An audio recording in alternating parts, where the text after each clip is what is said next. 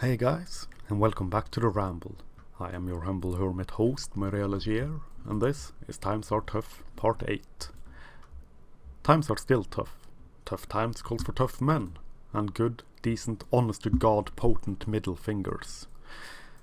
I am concerned, deeply bothered in fact, about a severe division within society. A division which has rendered us a society seemingly overrun by extremes, with no measured middle path to walk. Not dear God in an enlightened centrist kind of way. It's just every goddamn thing is so simplified, has been boiled and reduced to its basic skeletal frame. Connecting points no longer connect. They stand alone, divided, scattered and reduced to extremes. That which connected them, that which connected us, just floats alone, drifts away, or is gradually pushed towards one or the other of the extremes for sake of longing to connect, longing to belong.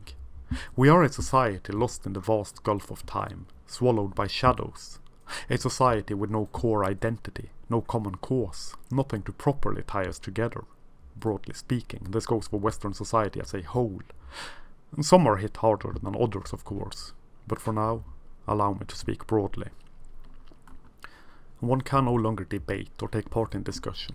Only one side is accepted and held as truth, the other painted as a ruinous and terrifying extreme. Oddly enough, by an extreme. And I used to be very fond of discussion, believe it or not. Back in the day it was possible to at least disagree without it turning into a childish throwing of insults, without it erupting into accusations of this or of that, with all the shit flinging a domesticated primate could ever wish for. And that all changed, seemingly overnight. I once, not too long ago, disagreed with a woman regarding off-kilter jokes, dark humor, on Facebook. She sent me a private message in which she told me that she was literally nauseous that I was in disagreement with her. Yeah, really. For pointing out that jokes are but jokes and that humor is a way for us human beings to deal with difficult topics in an existence that is not guaranteed to be safe, she, quote, literally felt nauseous, unquote. Then she blocked me. Only to contact me later through a new account, demanding I apologize to her for making her feel so bad. I blocked her without bothering to reply. Because what in the hell do I need that nonsense in my life for? She then contacted me through a third account, called me childish for blocking her just for us disagreeing, writing that she had never blocked me, she just closed her account because she needed a break from Facebook. Yeah, right. So I blocked her again. And so it happened once again. The same bloody pattern, only she was even more pissed off this time. If I am so horrible as she made me out to be in that strange message of hers, why in the fuck did she want so desperately to be friends then? Women, it appears, do not deal well with rejection, and hell knows no fury like a woman scorned. I didn't even bother blocking her that time. I merely ignored her, and this seemed to do the trick. I never heard from her again. Of course, I fled Facebook not that long after this, finally coming to my senses. In the current climate, you either agree with the horde, or you are unpersoned.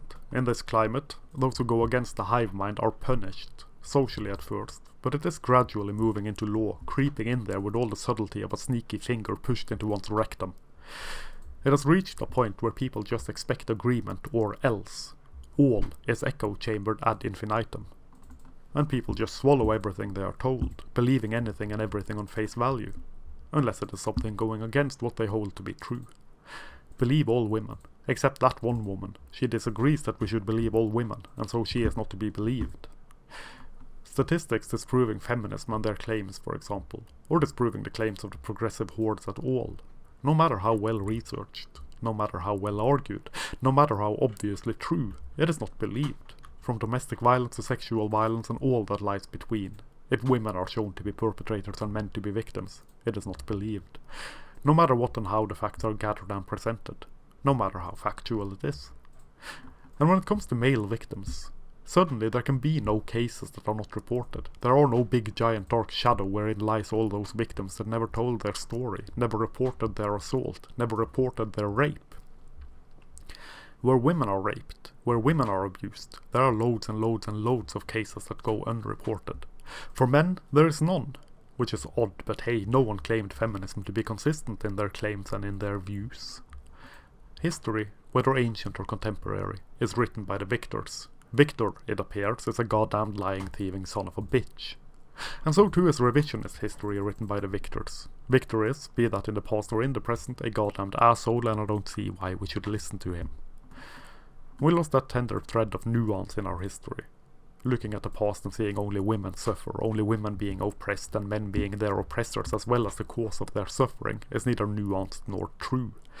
Yet it is presented as being both nuanced and true. Looking at the world today and seeing only women suffer, seeing women as oppressed, is neither nuanced nor true. Yet this is also presented as being nuanced and as being true.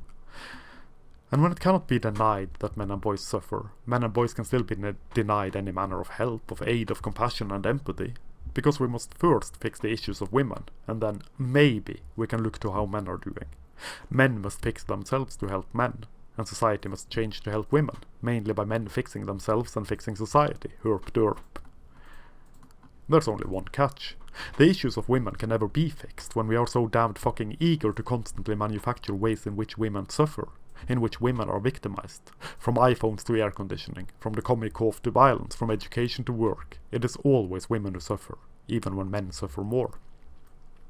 Such as it is with suicide, such as it is with education, such as it is with work-related injuries, such as it is with loss of paternity, such as it is with paternity fraud, such as it is with the prison sentencing gap, such as it is with empathy, such as it is with sex-based violence being damn close to 50-50 but no matter, such as it is with false accusations, such as it is with violence at all, come to think of it, such as it is with substance abuse, such as it is with social isolation, such as it is with this and that and the other. It is always made to be female problems, always made to be such that women suffer more, always made out so that women deserve more help, more funds, more of this and more of that. It is one-sided to the extreme, and neither calm arguments nor rage-fueled rants will change it. Because we just damned well want to help women so much in this society in which women get nothing but crumbs, abuse and oppression. So why in the hell bother? Why bother playing nice? Why bother playing at all? It does not matter how we in this loosely knit men's rights thing conduct ourselves. It does not matter how we say things, how diplomatic we are or how provocative we are. It does not matter. The message in itself is the provocative part. The essence of our message is the thing that is triggering the hive mind, not the way it is delivered, even when the hordes of feminism claim otherwise. Look to how gentle Warren Farrell is, for example. It doesn't matter. He is presented as a rape apologist, protested, shut down and unpersoned. And so too is Paul Elam. Their approach is remarkably different, and yet they are treated the same. It is the message that is the problem, not the messenger nor the way it is presented. The mere claim that men struggle, that boys suffer, that feminism, despite its claims of helping men too, is responsible for a lot of it, either through direct action or through clear and obvious negligence, is the thing that is disliked. For the message goes against all that which feminism holds as true, all that which feminism and society overall has presented and believed to be true for decades. It shows feminism to be fraudulent, and it is terrifying to the frantic forces of feminism. It threatens the power of feminism. It threatens the social power and influence of women in general. It threatens to funnel funds away from feminism, be those funds material or spiritual, monetary or social. It threatens to take a spot in the limelight, and that cannot be accepted, that cannot be tolerated, and so it must be shut down, by any means necessary. By lies, by slander, by violence and neglect, by bullshit and emotional manipulation, by claiming that MRAs seek only the right to rape and to pillage as we please, by phoning in bomb threats to venues where men are supposed to speak on their issues, by denying men's groups on college campuses, by ridicule and mockery and contempt, it shall be shut down. By denying us our own voice, it shall be shut down. Not by the hair of feminism's chinny chin chin shall men be allowed the limelight, shall men be allowed empathy, shall men be allowed to speak on behalf of men. Only women can do that. Only feminism can do that. And if men refuse, feminism shall huff and feminism shall puff and feminism shall blow the house of men down, smash the patriarchy, with the ferocious force of gargantuan crocodile tears and giant fucking smears the size and colour of an ovulating moon. It shall be shut down. And so we stand divided, scattered, devoid of purpose and of life, devoid of the possibility to speak properly on our own behalf. For if we do, we are presented as hating women, because that is surely the mark of the issues facing men. That is surely all men think about. Women. How goddamn selfish, how incredibly egotistical to believe the entirety of the world revolves around women, that all men think about, all men concern themselves about, are pushing women down. precious few in this MRA thing sit around complaining about women. Some do, I will not deny that, but to present that as the norm is nonsensical. There's much complaining about feminism, and this is absolutely true. One cannot look to gender issues without looking to feminism, without mentioning feminism, without seeing feminism. But feminism is not women, and they say so themselves when they claim that feminism is for everyone, not only women. Of course, we all know that claiming this is nothing but a masquerade, a charade, a play with smoke and mirrors, but still, that is what they claim. Opposing feminism, then, is not opposing women. It would be opposing everyone, but no matter. It all depends on what feminism needs to present itself as at that moment. It all depends on what the needs are, what the opportunity demands. If the opportunity demands A, then it is A. If the opportunity demands B, then it is B. And these are just as true as each other. And if they don't line up, it is not real feminism and they don't enjoy sugar on their porridge. Feminism, as opposed to the MRAs, do spend an incredible amount of time complaining about men. That is my main bone of contention, in fact. They talk about men all the bloody time. It seems they are obsessed with men, and with masculinity in particular. The main issue is not that they don't focus on men, not that they purportedly focus on women. It is that they focus on men all the bloody time. No matter what it is the fault of men. Poor sleep, men's fault. Grumpy, men's fault. Poor sex, men's fault. Didn't get a job, men's fault. Scared to poop at work, men's fault. Don't like your job, men's fault. Women wearing makeup, men's fault. Women spending excruciating amounts of money on clothes, men's fault. Ever and always it is men's fault. No matter what it is men's fault. And who is, by and large, called upon to fix this? Men. For men, flawed and horrible creatures such as we are, must fix ourselves in order for women to feel good about themselves, in order for society to be nice and good and such towards women. Men must step up and men must do this and men must do that. Damned and horrible as we are still expected to help women. Strong and powerful and independent as women are, they are absolutely incapable of doing anything themselves, or just too lazy. And that's it, straight from the horse's mouth. For feminism teaches women to never take responsibility for themselves, and it teaches men to take responsibility for everything, if that everything is the bad things, that is. All the good is either feminism or women, as made evident by the ramblings of feminism. You know, for being a movement stating that a woman needs a man like a fish needs a bicycle, they are oddly obsessed with men. And so, when MGTOW happens in response and men walk away and leave them the fuck alone, feminism laments this and paints them as haters of women, even when doing exactly what feminism wished for men to do. At least it did so in theory. In practice, it is something quite different. Women, you see, more so than men, crave attention. Obvious though it is, a disclaimer is most likely fitting and needed here. This is not to say that I believe all women crave attention all the time and that no men ever crave attention. That would be ridiculous. But still, observations ring true. The general trend is such that women are far more likely to crave attention, be that from men or from other women. How many Instagram models are male and how many are female, for example? Who does the selfie thing most often? Who creates these ridiculously elaborate gender reveal parties for their children? Who are the ones who want the grandest and most spectacular wedding ceremonies? And on and on and on. It is not without reason, I believe, that the bride is the one whom all the attention is focused on during a wedding. The groom? Well now, he's just there, having little to do with the thing. He just stumbled in there and then it just kinda happened around him. The bride is the one who gets the most attention, and she is the one who expects to get the most attention. At long last, in these supposedly equal and inclusive societies of ours, these societies which ever and always strive for equal treatment, we have reached a point in which one side is protected and the other is not. One side can spew whatever scorn and ridicule it wishes, and the other side can scarcely protect itself. And it gets worse, since one side is now to be granted even more protection under law than the other, despite it already being rather skewed in favour of that side. Misogyny is a wicked hate crime, see, and this is probably to make it into law. One cannot help but wonder how long they suppose this thing can go on, before breaking under its own weight. Who gets to decide what constitutes misogyny? The feminist hordes, that's who. And then, when one cannot debate a woman in a goddamn debate without being accused of mansplaining and similar oddly gendered terms made by a movement supposedly wanting to get rid of gendered terms, it is not much of a stretch of the imagination to conclude that misogyny will be whatever any particular woman says that it is, up to and including simply stating disagreement. A man disagreeing with a woman, misogyny. A man speaking to a woman without her consent, misogyny. A man leaving a relationship, misogyny. How far do you think they will take this if it gets implemented? If a woman feels as though it is misogyny that is to blame for whatever, who's there to contradict her? That would, one assumes, also be an act of soggy need horrors. And given that feminist women supposedly are so frail as to suffer from PTSD due to disagreements on Twitter, this does not seem a particularly far-fetched scenario.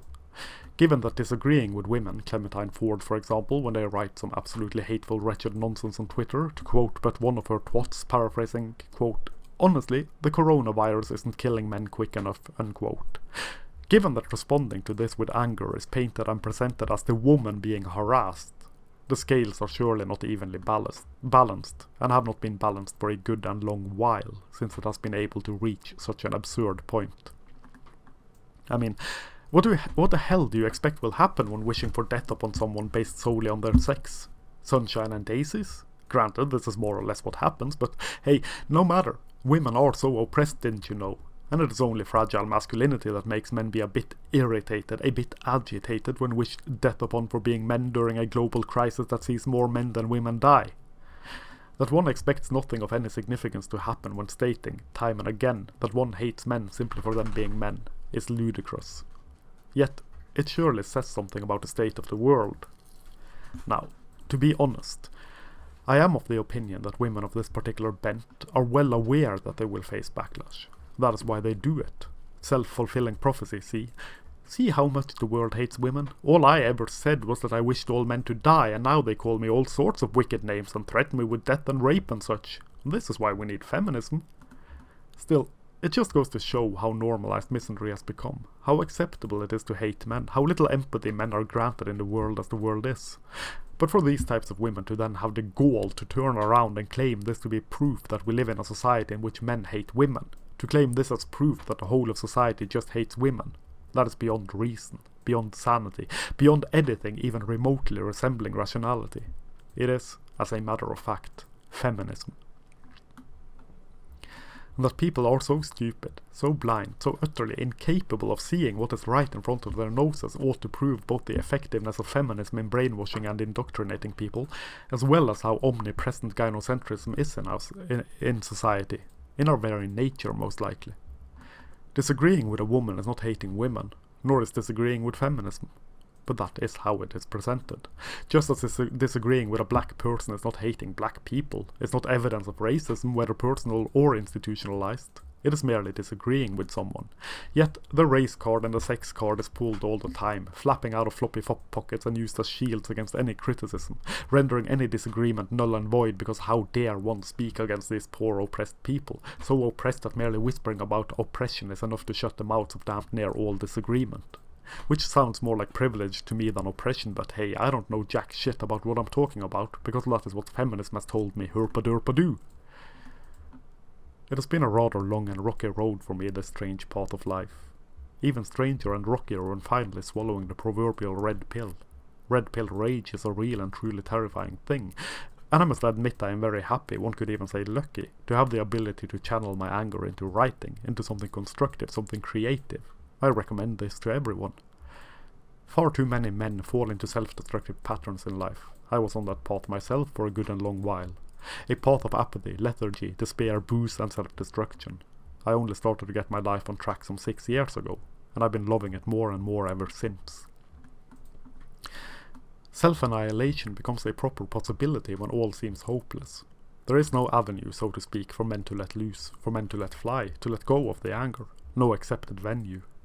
For men, according to the whimsy of feminism and the wicked will of the whammons, are uncivilized brutes that need to be civilized by women and by feminism. We need to unlearn our masculinity, to let go of that which makes us men. We must embrace femininity as our guiding light. We must succumb to the civilizing attempts of women. We have all noticed this, I suppose, in one way or another. We have all of us in this so-called manosphere experienced this. Not to speak like that, not to dress like this, not to walk that way, not to watch that show, not to read that book, not to play that video game, not to do this and not to do that, not to play rough with one's children, not to work on that hobby for that takes time away from spending time as a couple, not to go to that party, not to go to the pub, not to hang out with the boys, not to grow one's beard, and on and on and on, all towards the one. If men met women with similar demands, it would quite rightly be considered coercive and controlling. But the scales are not evenly balanced. And they never will be as long as men accept this and don't object to it. The onus is on men to stop this. For it is we who are enabling this behavior in relationships by accepting it, by not saying no. I was once in a relationship with a woman who denied me time to listen to music, and listening to music is one of my great joys in life. It was not social enough, she claimed. Movies were better, more social apparently, and so that is what it became. Movies all the time. Her pastime interests, not mine. The same applied to video games. Not social enough, her pastime interests, not mine.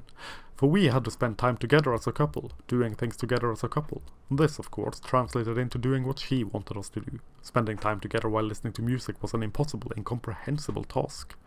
And forget about hanging out with male friends on my own. She always tagged along, soaking up all the attention all the while.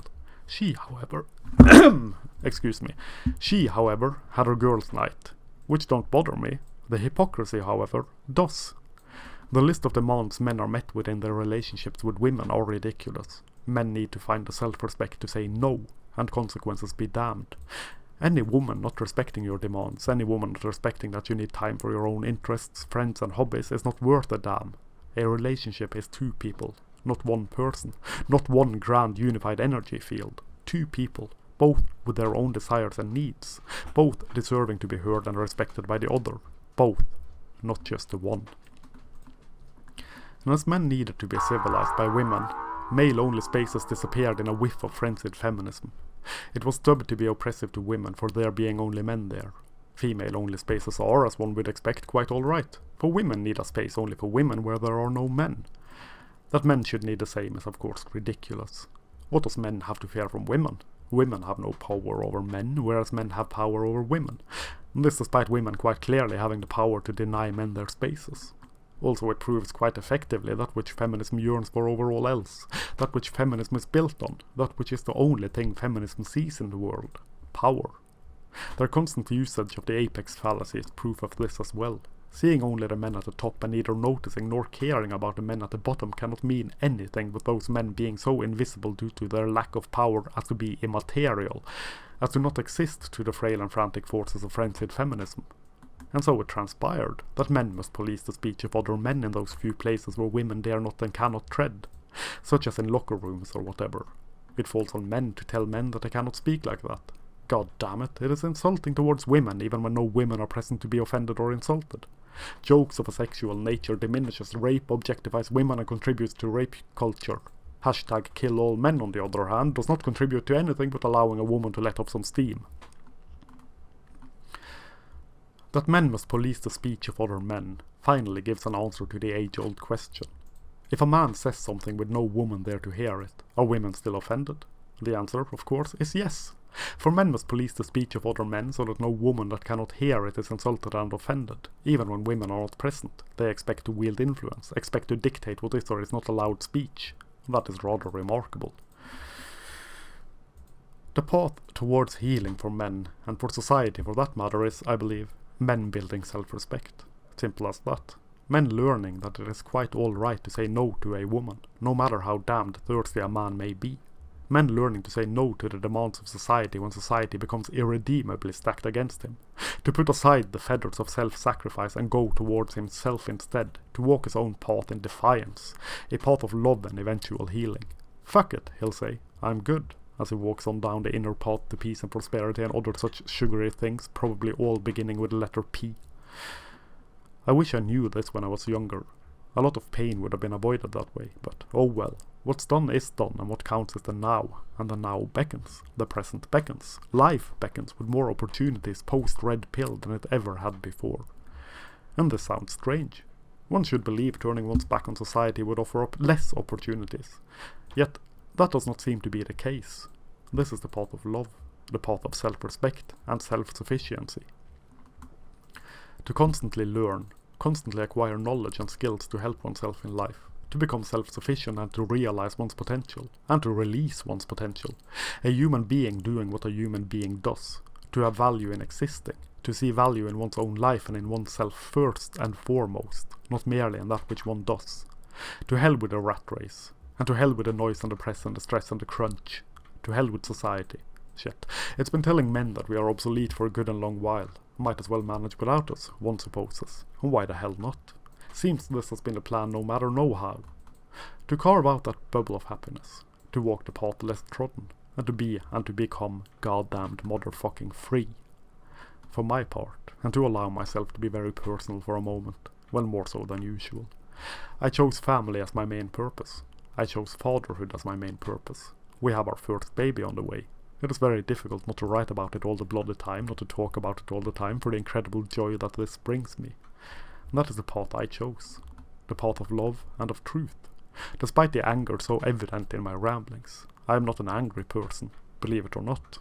For I have this outlet, see, and I hope more people will find such an outlet. Not only does it spread awareness, at least I bloody well hope that it does.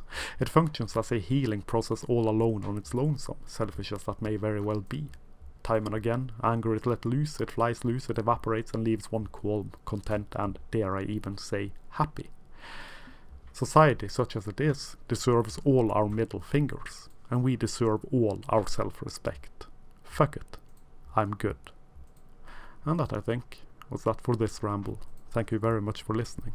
I hope you enjoyed it more than my previous ramblings. Please like, share, subscribe, check out the links down below should you wish to support my ramblings, my descent into madness and my caffeine dependence. And I'll catch you next time. This is Muriel, signing off.